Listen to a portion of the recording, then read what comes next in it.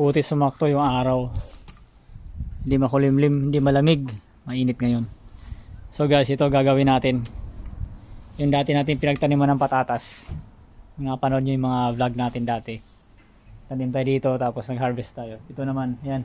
Yan, tira pa nga eh. Yan, pang seedling ko na lang yan. Tinira ko talaga para pang next summer ulit may patatas tayo. Yan ang makukuha. Iwan ko lang kung sa winter kung mabubuhay yan. May tinira talaga ako. Tapos meron pa nga doon sa dulo, ililipat na lang natin yun. Isa. Ang gagawin natin ngayon dito, ayusin natin. Bumili ako ng mga compost soil o tsaka yung cow dung. Yan, ihalo natin dito para maging nutrients yung lupa na yan. Kasi tanaman natin ng sibuyas. Kaya yan. Simulan muna natin para maintindihan nyo yung sinasabi ko.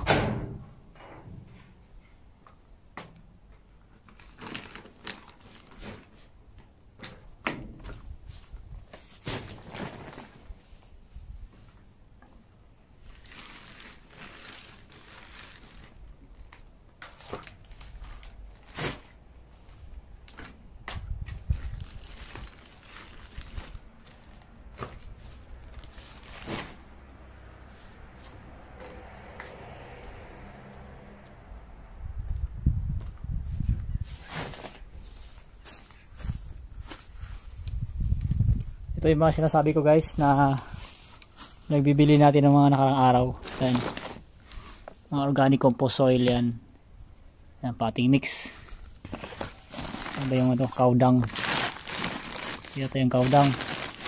Bukas na yung iba kasi ginamit ng asawa ko, nilagay niya doon sa mga niya, pot niya. Yan yung ilalatag natin dito. Ihalo natin sa buhangin. Buhangin kasi ito. Yung patatas okay na okay dyan, kaso pag sobrang tuyo, pangit. Pag binuhusan mo ng tubig, hindi nag-absorb agad yung tubig kasi sobrang dry. Kaya haluan natin ng ibang klase ng lupa-lupa na medyo basa. Tulad ng mga ganyan, dry masyado. Pero yan, di ko na nga diniligan yung mga kamatis natin kasi winter na. Hindi na rin magsusurvive yung mga yan. Sayang, dami pa naman bunga. Okay na yan. Kasi sobrang dry talaga yung lupa na yan. Sa susunod, ayusin natin yan. Bibilhan din natin ng baka next season na siguro, summer. Bibilhan natin ng potting mix yan. Ayusin din natin para tumaba yung taniman natin.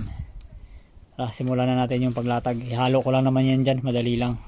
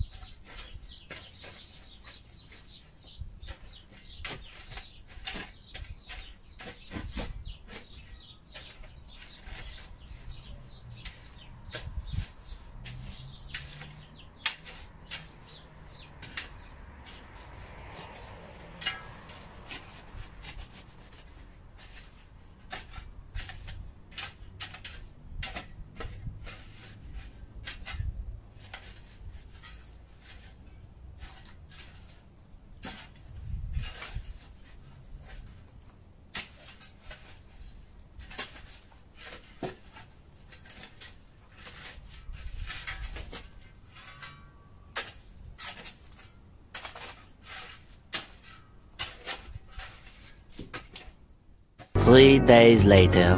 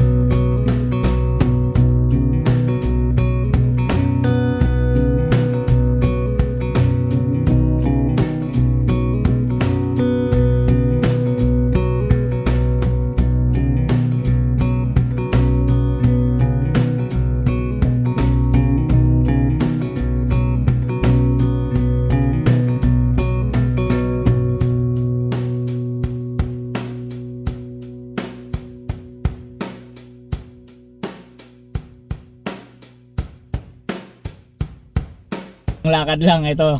Napabili kami bigla ng pagkain sa Macas kasi higa lang dapat kami. Bigla naisip ko mag road trip nga tayo kasi kurang gusto ko mag drive. So may pinuntahan tayo ngayon. Bumalik tayo dito sa Naracoorte Cave, pero sa ngayon ibang cave naman yung papasukin natin. So kung yung mga nakapanood sa mga videos ko nakaraan nasa cave, napanood nyo na to, pero babalik tayo uli ngayon kasi may kasama tayo, special guest. Kasi dati pumunta ako dito, ako lang, ngayon kasama ko na yung asawa ko. Dadalhin ko siya dun sa pinasukan natin na cave yung nakaraan. So abangan nyo kung saan cave yung, kasi maraming cave dito. So sa akin kakain muna tayo kasi wala pa kami almusal. Ano na eh, almost 11 na. So hindi na kami nag-almusal kanina sa bahay kasi nagmamadali na nga. Sabi ko doon na lang tayo dadaan. Bibili na lang tayo ng Macas. So ayun, double burger, tsaka nuggets, tsaka ayun na rin mo isa, hash brown, tsaka coffee. Kain muna kami, then save na tayo. Bibili muna tayo ng ticket dyan kasi may ticket yun pasok. See you guys later.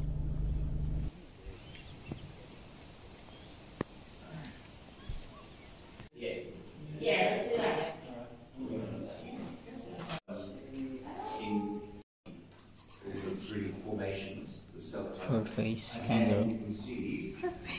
Yan, surface.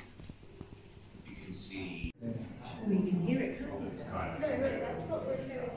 That's yeah. Oh, look at that. Fantastic. Yeah, it's interesting. Yeah.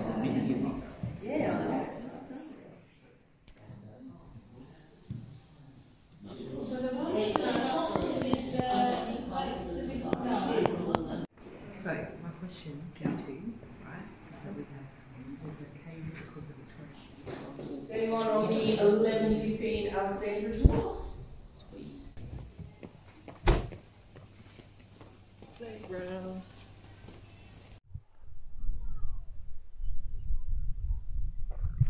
Guys, nandito na tayo sa Victoria Cave. Waiting lang tayo ng call time. 12:15 pa. So ano pa lang ngayon, 11:30. So we still have time to explore yung sa labas. So dyan yung papasok. May babalik tayo dyan. Dito muna tayo. Dati nakapunta na ako dito, pero yan si madam, hindi pa siya nakapunta dito. Dito ako nagkaligaw-ligaw noon. Abutan ako ng malakas na ulan. Bihira. Nawala na yung dinadaanan ko paglingon ko. Hindi ko na makita kung saan ako sumuot. Mas biglang bumuhos yung ulan. Yun, dito nawala yung ATM card natin pag uwi ko sa bahay. Nawala na yung ATM card ko. Trail muna tayo kasi maaga pa. Into the woods.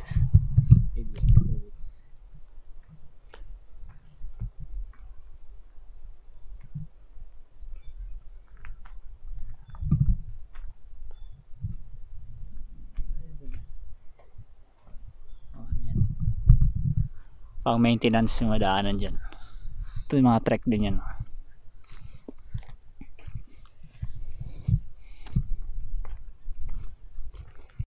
Let's go to the cave. Let's going to the cave now. Guys, we'll go to the cave. Cave. This is the cave. This is the cave to the entrance cave. Or do we need to present the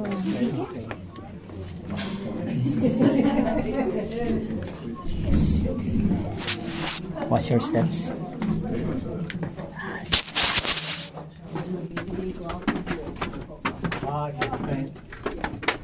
Maybe.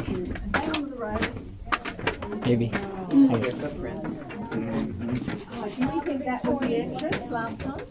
Do you reckon that was? I think so. That would have been it. That would have been it. Oh, there's the second This is one. another entrance exit.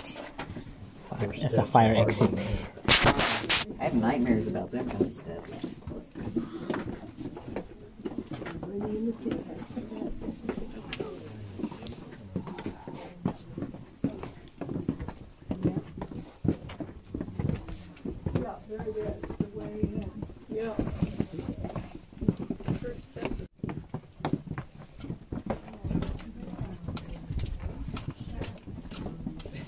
Where's your phone? This is Gamitin mo.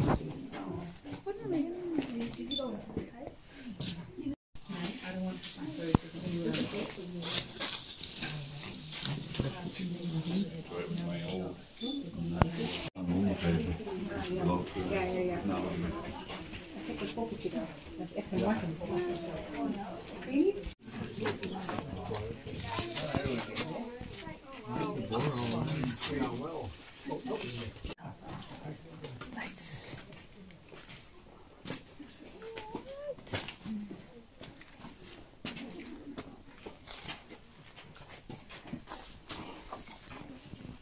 Get a better view. The front's the better view. In our sites for you to look at. We won't take anything out unless we're excavating.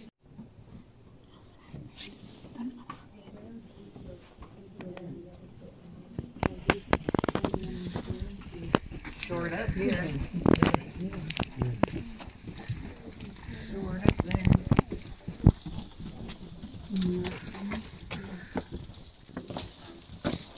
Maybe have a look. You'll survive. survive?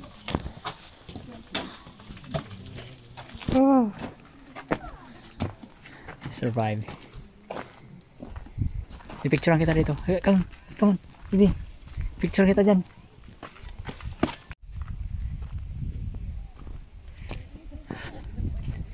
Yes.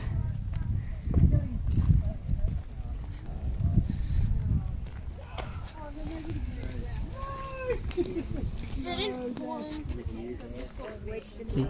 Yeah, the big ones. The big ones here, but then they're gone.